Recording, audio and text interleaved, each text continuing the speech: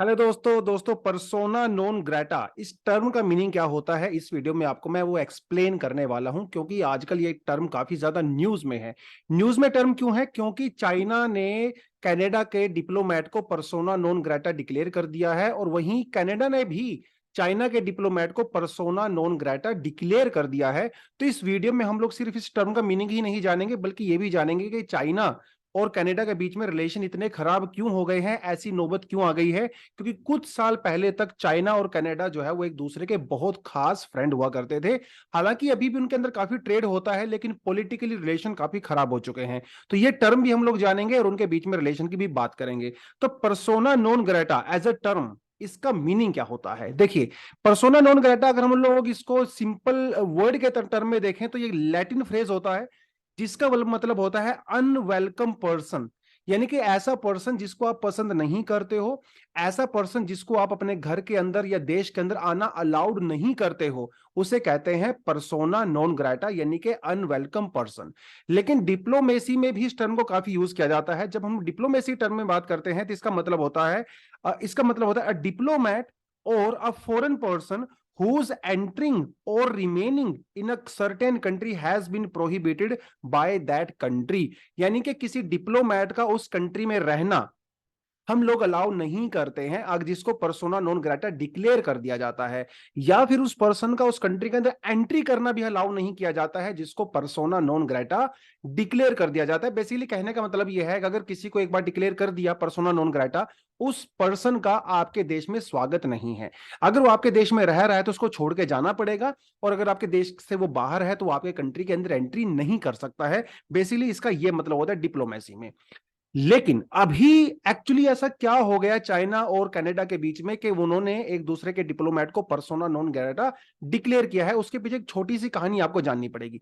कहानी यह है कि दैट कनाडा ने डिसाइड किया कि वो चाइना के डिप्लोमेट को, जिसका नाम है जो वी, उसको अपनी कंट्री में अलाउ नहीं करेंगे। इसका कारण यह है कि जो वी हैं वो एक तरह से डरा रहे थे, धमका रहे थे। किसको? माइकल चोंग को।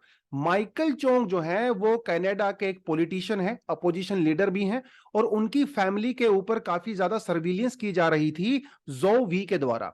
कनाडा की जो एजेंसी है, जो सिक्योरिटी एजेंसीज हैं, उन्होंने इस इन्वेस्टिगेशन किया और उन्होंने ये पाया कि चाइना की सरकार के इशारे पे ये जो जाओ वी हैं वो एक्चुअली उनके ऊपर स्पाइंग कर रहे हैं, उनकी फैमिली को भी सर्विलियंस कर रहे हैं, और उनको खतरा है।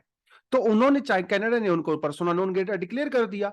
उसके जवाब में चाइना ने भी जो कैनेडियन जो डिप्लोमेट है, consul of the consulate general of Canada है, शंघाई के अंदर जो पोस्टेड हैं, उनको पर्सन नॉन ग्रेटा डिक्लेयर कर दिया है। बेसिकली दोनों ने ही एक कंट्री के ऑफिशियल्स को पर्सोना नॉन ग्रेटा डिक्लेयर कर दिया गया है। लेकिन क्या ये लीगल है या इलीगल है? देखिए, जब हम लोग इंटरनेशनल कन्वेंशन की बात करते हैं तो हमारे पास बहुत इंपॉर्टेंट कन्वेंशन होती है, जिसे हम लोग कहते हैं वियना कन्वेंशन।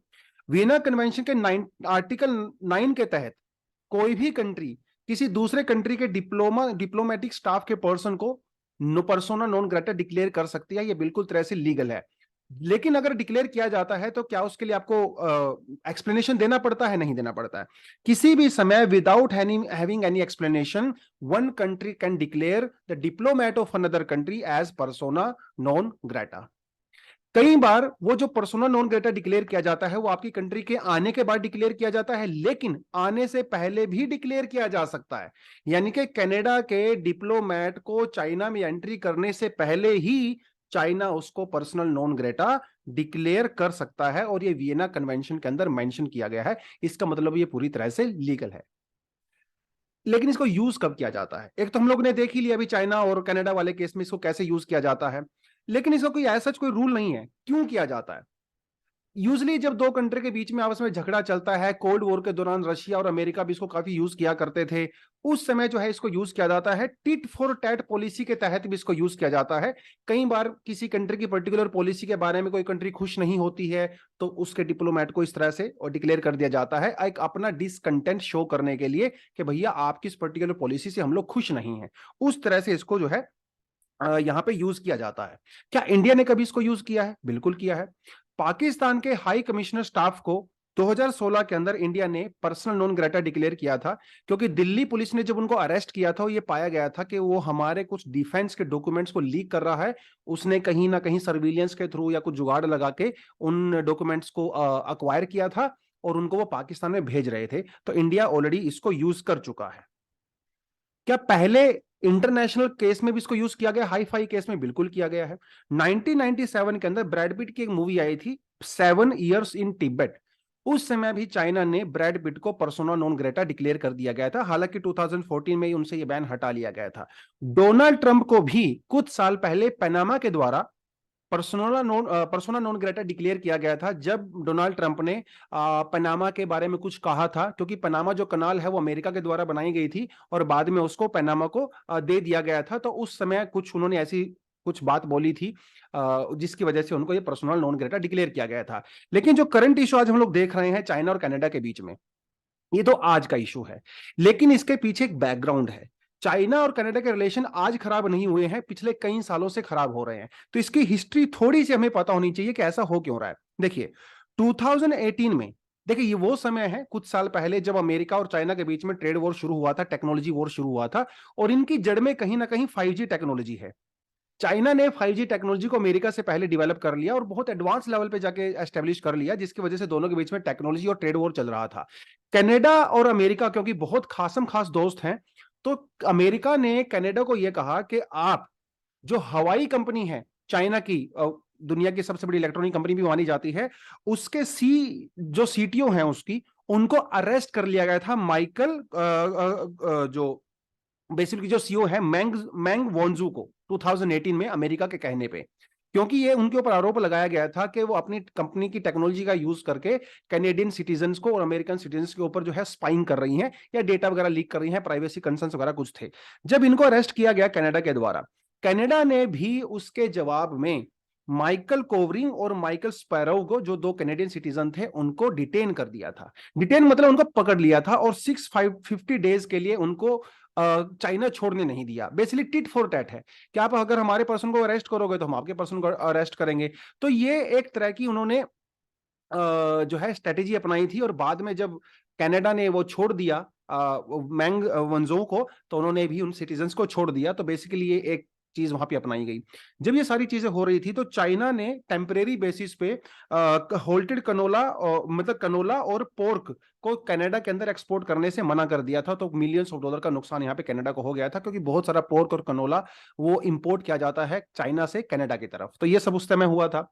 उसके अलावा अमेरिका के कहने पे ऐसा कहा जाता है कि कनाडा ने हवाई कंपनी को भी बैन कर दिया गया था अपनी कंट्री में 5G टेक्नोलॉजी या 5G मोबाइल इंफ्रास्ट्रक्चर को लगाने के लिए, क्योंकि कुछ सिक्योरिटी कंसर्न्स जो है वहां पे हो गए थे।